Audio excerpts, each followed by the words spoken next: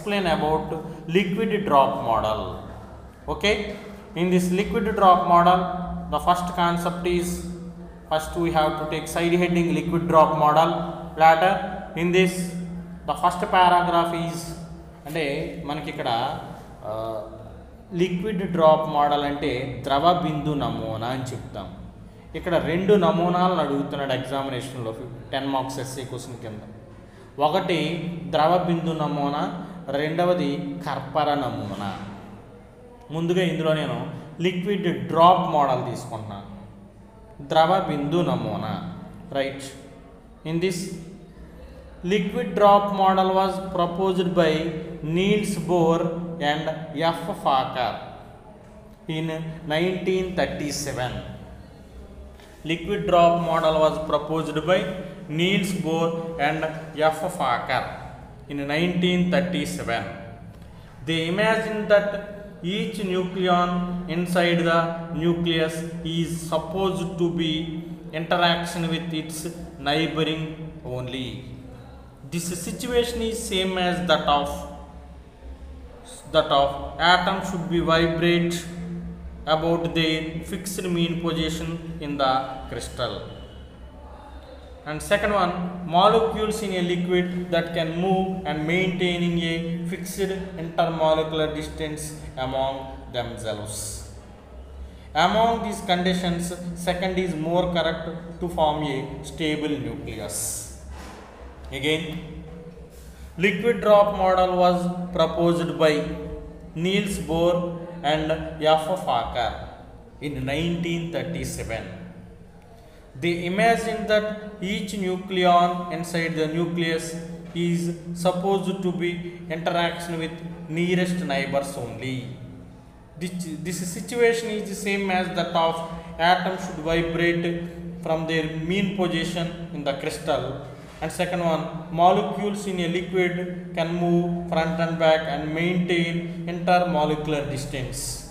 Among these two conditions, the second one is more correct to form a stable nucleus. అంటే ద్రవ బిందు నమూనాని ఇద్దరు సైంటిస్టులు propose చేశారు. ఒక అతను నీల్స్ బోరు, రెండవ అతను ఎఫ్ ఫాకర్. ఇద్దరు కూడా ఈ ద్రవబిందు నమూనాని 1937లో ప్రపోజ్ చేయడం జరిగింది. వాళ్ళిద్దరూ ఏమని ఊహించుకున్నారు అంటే, కేంద్రకం లోపల ఉండేటువంటి న్యూక్లియాన్లు ఎలా ఉంటాయి అంటే, మనకి ఏదైనా ఒక స్ఫటికం తీసుకున్నప్పుడు స్ఫటికంలో ఉండేటువంటి పరమాణువులు ఏ విధంగా ముందుకు వెనకకు కదులుతూ అంతర అయాను దూరాన్ని ఫామ్ చేస్తాయో అది ఫస్ట్ కండిషన్. లేదా స్ఫటికం కాకుండా ఏదైనా ఒక ద్రవం తీసుకున్నప్పుడు, వాటర్ తీసుకున్నప్పుడు లేదా ద్రవం తీసుకున్నప్పుడు అందులో ఉండేటువంటి మాలిక్యూల్స్ ముందుకి వెనక్కి కదులుతూ అక్కడ ఫిక్స్డ్ డిస్టెన్స్ని ఏ విధంగా ఎగ్జిస్ట్ చేస్తాయో ఆ రకమైనటువంటి ఇక్కడ సారూప్యతలే మనకి కేంద్రకంలో ఉండేటువంటి న్యూక్లియాన్లు కూడా ఉంటుంది అని 1937లో నీల్స్ బోర్ మరియు ఎఫ్ ఫాకర్ అనే శాస్త్రవేత్తలు ఎక్స్ప్లెయిన్ చేయడం జరిగింది. ఈ రెండిట్లో కూడాను రెండవ పాయింట్ అయినటువంటి, అంటే ద్రవంలో ఉండేటువంటి ఆ కణాలు ఏవైతే ఉన్నాయో అవి ముందుకి వెనక్కి కదులుతూ ఏ రకంగా అయితే అంతర అయాను దూరాన్ని స్థిరంగా ఉంచుతాయో ఆ రకమైనటువంటి సారూప్యతలను ఇక్కడ ఈ కేంద్రకంలో ఉండేటువంటి న్యూక్లియాన్లు కలిగి ఉంటాయి అని చెప్పడం జరిగింది. So the relation between nucleus of an atom and a liquid drop are as follows. అంటే కేంద్రకానికి లిక్విడ్ డ్రాప్లో ఉండేటువంటి యాటమ్కి మధ్య ఉండేటువంటి సారూప్యతలు, సంబంధాలు ఆ రెండిట్లు ఏ రకంగా పోలి ఉంటాయో ఒకటి పాయింట్ వైజ్ చెప్తున్నాను. First one, the attractive force near the nuclear surface is similar to surface tension of the liquid. The attractive force near the nuclear surface is similar to surface tension of the liquid drop. అంటే మనకంటే ఇక్కడ కేంద్రక ఉపరితలం మీద ఉండేటువంటి ఆకర్షణ బలం, న్యూక్లియాన్ల మధ్య ఉండేటువంటి ఆకర్షణ బలం నీటి యొక్క ఉపరితలం మీద ఉండేటువంటి తలతన్యతకి సమానంగా సిమిలర్గా ఉంటుంది అని చెప్పడం జరిగింది. ఫస్ట్ పాయింట్ అంటే మనకి ఇక్కడ attractive force of nucleons is similar to surface tension. Second one, the nuclear is similar to liquid drop due to nucleons have similar to molecules in a liquid drop. అంటే మనకి ఇక్కడ కేంద్రకంలో ఏ రకంగా అయితే న్యూక్లియాన్లు ఉంటాయో అదేవిధంగా లిక్విడ్ డ్రాప్లో కూడా వాటర్ మాలిక్యూల్స్ అనేవి ఉంటాయి. చిన్న చిన్న మాలిక్యూల్స్ చాలా ఉంటాయి అని చెప్పడం జరిగింది. ఇక్కడ మాలిక్యూల్స్ ఉంటాయి, అక్కడ న్యూక్లియాన్స్ ఉంటాయి. ఇక్కడ సర్ఫేస్ టెన్షన్ ఉంటుంది, అక్కడ అట్రాక్టివ్ ఫోర్స్ ఉంటుంది. 2 పాయింట్లు అయింది. Third one, the binding energy per nucleon of the nucleus is similar to latent heat of vaporization. Again, the binding energy per nucleon of a nucleus is similar to latent heat of vaporization. అంటే కేంద్రకానికి ఉండేటువంటి బంధన శక్తి అంట మనకి latent heat, ఇక్కడ ద్రవ బిందువుకు ఉండేటువంటి గుప్తోష్ణానికి సమానం అవుతుందని. రెండు సిమిలర్గా ఉంటాయని. అది third point. Fourth point, the internal energy of the nucleus is similar to heat energy of the liquid drop. అంటే ఇక్కడ మనకి కేంద్రకంలో ఉండేటువంటి న్యూక్లియాన్స్ మధ్య ఉండేటువంటి అంతర్గత శక్తి అంట ఇక్కడ ఉష్ణ శక్తికి, ద్రవ బిందువుకు ఉండేటువంటి ఉష్ణ శక్తికి సారూప్యతగా ఉంటుంది. అది fourth point. Fifth point, the bombardment of nuclei to form compound nucleus and similar to large liquid drop. అంటే న్యూక్లియాన్స్ అన్నీ ఒకదానితో ఒకటి గుద్దుకుని పెద్ద న్యూక్లియస్ ఏ రకంగా అయితే ఫామ్ అవుతుందో అదేవిధంగా నీటి బిందువులన్నీ కలిసిపోయి ఒక పెద్ద నీటి బిందువుగా ఏర్పడుతుంది. later the nuclear fission process is similar to liquid drop breaks into small liquid drops. అంటే కేంద్రక విచ్ఛత్తి దేని పోలి ఉంటుందంటే ఒక పెద్ద నీటి బిందువు చిన్న చిన్న నీటి బిందువుల కింద విడిపోయే సందర్భాన్ని పోలి ఉంటుంది. And the last point, the nucleus is in spherical shape as like liquid drop. అంటే మనకి కేంద్రకం అనేది ఇక్కడ గోళాకార ఆకృతిలో ఉంటుంది. అదేవిధంగా లిక్విడ్ డ్రాప్ కూడా గోళాకార ఆకృతిలో ఉంటుంది. 7 పాయింట్లు చెప్పాను. 1, surface tension attractive force equal. 2, nucleons ఉంటాయి, ఇక్కడ వాటర్ డ్రాప్స్ ఉంటాయి. 3, బంధన శక్తి ఉంటుంది, గుప్తోష్ణానికి సమానం. 4th పాయింట్, అంతర్గత శక్తి ఉంటుంది, అది హీట్ ఎనర్జీకి సమానం. అన్నీ కలిసిపోయి 2 రకాలుగా కూడా పెద్ద compound nucleus, compound drop form అవుతాయి. విడిపోయి చిన్న చిన్న న్యూక్లియాన్స్ చిన్న చిన్న న్యూక్లియస్ల కింద ఏర్పడతాయి, చిన్న చిన్న వాటర్ డ్రాప్స్ కింద ఏర్పడతాయి. తర్వాత అండ్ ద లాస్ట్ వన్, 2 కూడా మనకి ఇక్కడ స్పెరికల్ షేప్లో ఉండడాన్ని గమనించవచ్చు. సో మనకి ఈ రకంగా లిక్విడ్ డ్రాప్కి ఇక్కడ అదేవిధంగా న్యూక్లియస్కి సేమ్ సిమిలర్ ప్రాపర్టీస్ ఉన్నాయి. మెరిట్స్ ఏంటంటే మనకి దీంట్లో లిక్విడ్ డ్రాప్ మోడల్ని ఉపయోగించి we will find binding energy of the nucleus. ఇంకేం కట్టచ్చు అంటే అటామిక్ మాస్ డైపోల్ మూమెంట్ కూడా కట్టచ్చు. Binding energy delta E, atomic mass and dipole moment, ఇవన్నీ కూడా మనం క్యాలిక్యులేట్ చేయొచ్చు. ఇవన్నీ మెరిట్స్ అంటే దీంట్లో ఉండేటువంటి ఉపయోగాలు. డిమెరిట్స్, లోపాలు, ఇక్కడ లిక్విడ్ డ్రాప్ మోడల్ అనేది షెల్ మోడల్ని ఎక్స్ప్లెయిన్ చేయలేకపోయింది. Liquid drop model cannot explains about shell model. Okay, liquid drop model cannot explained about shell model. అంటే మనకి ఇక్కడ ద్రవ బిందు నమూనా అనేది కర్పర నమూనా గురించి వివరించలేకపోయింది అని చెప్పడం జరిగింది. రైట్, ఉపయోగాలు అయితే మనం తీసుకున్న దాంట్లో యూజెస్ అయితే బైండింగ్ ఎనర్జీ కట్టచ్చు, తర్వాత అటామిక్ మాస్ కట్టచ్చు, తర్వాత డైపోల్ మూమెంట్ కట్టచ్చు. మరి డిమెరిట్స్ తీసుకున్నప్పుడు మ్యాజిక్ నెంబర్స్ కోసం వివరించలేకపోయింది లిక్విడ్ డ్రాప్ మోడల్. దానికోసం నెక్స్ట్ మోడల్ ఇక్కడ ప్రవేశపెట్టిన మోడల్ ఏంటంటే షెల్ మోడల్, కర్పర నమూనా అంటారు. Right, in this the first para is the atoms with 2, 10, 18, 36, 54 electrons are completely filled. They are called inert gases. They are more stable and chemically inert. Shell model, important concept. They are more stable and chemically inert. Right. Later, the nuclei having 2, 8, 20, 28, 50, 82, 126 nucleons, that means protons and neutrons, are also more stable.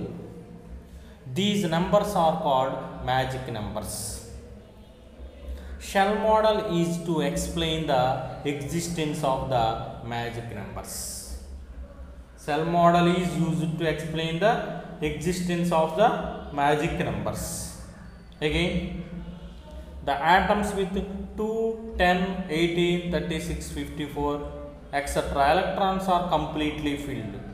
అంటే పరమాణువుల్లో 2, 10, 18, 36, 54 ఎలక్ట్రాన్లు కలిగినటువంటి పరమాణువులు వాటి యొక్క విన్యాసం పూర్తిగా నిండి ఉండడం వల్ల వాటిని జడవాయువులు అంటారు. అంటే హీలియం, నియాన్, ఆర్గాన్, క్రిప్టాన్ ఇలాంటి వాటిని. They are more stable and chemically inert. అవి చాలా స్థిరత్వాన్ని కలిగి ఉంటాయంట. ఓకే, తర్వాత సిమిలర్లీ అదేవిధంగా మనకి కేంద్రకం తీసుకున్నప్పుడు, ఇప్పుడు యాటమ్ తీసుకున్నప్పుడు వరకు కేంద్రకం తీసుకున్నాను. ఇప్పుడు 2, 8, 20, 28, 50, 82, 126 ఇలాంటి న్యూక్లియాన్స్ అంటే ప్రోటాన్స్, న్యూట్రాన్స్ కలిగితే they are also more stable. ఈ నెంబర్స్ని ఇలాంటి న్యూక్లియాన్లు కలిగినటువంటి న్యూక్లియస్లు ఏవైతే ఉన్నాయో అలాంటి నెంబర్స్ని మ్యాజిక్ నెంబర్స్ అంటారు. ఇప్పుడు ఈ మ్యాజిక్ నెంబర్స్ని లిక్విడ్ డ్రాప్ మోడల్ ఎక్స్ప్లెయిన్ చేయలేకపోయింది, ఫెయిల్ అయిపోయింది. షెల్ మోడల్ ఎక్స్ప్లెయిన్ చేసింది. కర్పర నమూనా ఈ అదృశ్య సంఖ్యల గురించి ఎక్స్ప్లెయిన్ చేయడం జరిగింది. Right. Second para, in shell model it is assumed that every nucleon moves independently of the others in an average force field produced all the nucleons. అంటే ఈ కర్పర నమూనాలోనంట మనకి ఇక్కడ ఒక అజంప్షన్ తీసుకోవడం జరిగిందండి. అంటే ఏంటంటే ప్రతి న్యూక్లియాను కూడా స్వతంత్రంగా ముందుకి వెనక్కి కదులుతూ సగటు బల క్షేత్ర విలువల్ని మనకి ఇక్కడ ఉత్పత్తి చేయడం జరుగుతుందంట. ఈ షెల్ మోడల్ నుంచి ఆధారంగా ఈ న్యూక్లియాన్లు అనేవి డిస్క్రీట్ ఎనర్జీ లెవెల్స్లో, శక్తి స్థాయిల్లో, విభక్త శక్తి స్థాయిల్లో అమరి ఉంటాయి. They have different energy levels. అది second para. Coming to the third para, the potential energy of nucleons inside the nucleus is constant. The motion of the nucleon is similar to the motion of the particle in a potential well. The energy values of nucleons can be calculated by using Schrodinger's wave equation. These are characterized by quantum numbers n, l and ml. అంటే ఇక్కడ ఈ న్యూక్లియాన్ల యొక్క స్థితి శక్తి విలువ అనేది, nucleus లోపల ఉండేటువంటి న్యూక్లియాన్ల యొక్క స్థితి శక్తి అనేటువంటిది స్థిరంగా ఉంటుంది. ఇది మనకి the motion of the nucleon is similar to motion of the particle in a potential well. అంటే పొటెన్షియల్ వెల్లో ఉన్నటువంటి కణం ఏ రకంగా అయితే గమనాన్ని కలిగి ఉంటుందో అదేవిధంగా కేంద్రకం లోపల ఉండేటువంటి న్యూక్లియాన్ కూడా అదే రకమైనటువంటి గమనాన్ని కలిగి ఉంటుంది. The energy values of nucleons can be calculated by using Schrodinger's formula. ఇక్కడ ఈ కేంద్రకంలో ఉండేటువంటి న్యూక్లియాన్ల యొక్క శక్తి విలువలనంట ష్రోడింగర్ సమీకరణాల నుంచి క్యాలిక్యులేట్ చేయొచ్చండి. They are characterized by quantum numbers n, l and ml. వీటిని క్వాంటం సంఖ్యలు n, l, ml చేత సూచిస్తారండి. సో మీరు పట్టిక చూసినట్లయితే J value 2J+1, number of nucleons in a shell, total number of nucleons. మీరు కింద నుంచి వచ్చినప్పుడు 1sకి so spin half 2j plus 1 value అంటే 2 ఇంటూ హాఫ్ ప్లస్ 1 అంటే 2 అవుతుంది.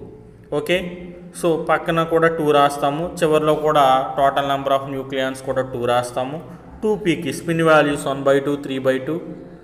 సో j వాల్యూ కట్టినప్పుడు 1/2 అయితే 2, 3/2 అయితే 4. 2j ప్లస్ 1లో సబ్స్టిట్యూట్ చేసుకోండి, j బదులుగా 1/2 ఒకసారి 3/2 ఒకసారి. We get 2, 4, 2j value 2j plus 1 value. So number of nucleons are 6. So total number of nucleons కింద నుంచి వెళ్ళండి, 2 + 6 8. So later 2s and 3d. The energy values or spin values are 5/2, 1/2, 3/2 and 2j plus 1 values are 6, 2, 4. So total number of nucleons in a shell are 12 and total number of nucleons కింద నుంచి add చేయండి, 2 + 6 12, 12 + 12 20. కింద నుంచి పైకి వేసుకోవాలి table. ఈ table అనేది important, very very important one.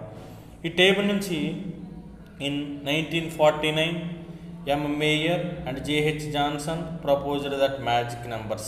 1949లో M. Mayer J.H. Jensen అనే శాస్త్రవేత్తలు ఈ అదృశ్య సంఖ్యల్ని ఇక్కడ పొందడం జరిగింది. They are assumed that there is a strong interaction between L and S. L మరియు Sల మధ్య బలమైన ఇక్కడ అట్రాక్టివ్ ఫోర్స్ అనేది ఉంటుంది అని గమనించారు. Total angular momentum J is equal to L plus S when L and S are parallel, when J is equal to L minus S when L and S are anti-parallel. Right, the energy level diagram for different shell is shown in the above figure. శక్తి స్థాయి పటం diagram వేసాను, కింద నుంచి వెళ్తున్నాం మనం. The consecutive shells are separated by a large gap. వాటి రెండిట్ల మధ్య gap తీసుకున్నప్పుడు చాలా ఎక్కువగా ఉంది. మీరు కింద నుంచి అబ్జర్వ్ చేస్తే 2, 8, 20, తర్వాత 28 వస్తుంది, తర్వాత 50 వస్తుంది పైకి వెళ్తే. ఇంకా అవన్నీ వేయలేదు. 50, 82, 126 they are called magic numbers. They have more stability. That nucleus have more stability. Merits ఏంటంటే ఇక్కడ మనకి ఉపయోగాలు, ఈ షెల్ మోడల్ని ఉపయోగించి మ్యాజిక్ నెంబర్స్ని ఐడెంటిఫై చేయడం జరిగింది. అదేవిధంగా న్యూక్లియస్ యొక్క స్పిన్ కోసం కూడా చెప్పడం జరిగింది. Also explain spin of the nucleus. మరి డీమెరిట్స్ లోపాలు ఏంటంటే కనుక షెల్ మోడల్లో కేంద్రకం యొక్క ఆకృతి ఏంటో చెప్పలేకపోయింది. Fail to explain shape of the nucleus. అదేవిధంగా క్వాడ్రపోల్ మూమెంట్ని కూడా ఎక్స్ప్లెయిన్ చేయలేకపోయింది. డైపోల్ మూమెంట్ని ఎక్స్ప్లెయిన్ చేసింది కానీ క్వాడ్రపోల్ మూమెంట్ని ఎక్స్ప్లెయిన్ చేయలేకపోయింది. It is about demerits of shell model. Merits are magic నెంబర్స్ని చెప్పగలిగింది, స్పిన్ చెప్పగలిగింది. డీమెరిట్ షేప్ చెప్పలేకపోయింది, క్వాడ్రపోల్ మూమెంట్ చెప్పలేకపోయింది. So these are about liquid drop model and shell model. In today's class I have explained about classification of nuclei, properties of nucleus after liquid drop model and shell model. These are the essay questions. So all of the students should prepare well. Thank you.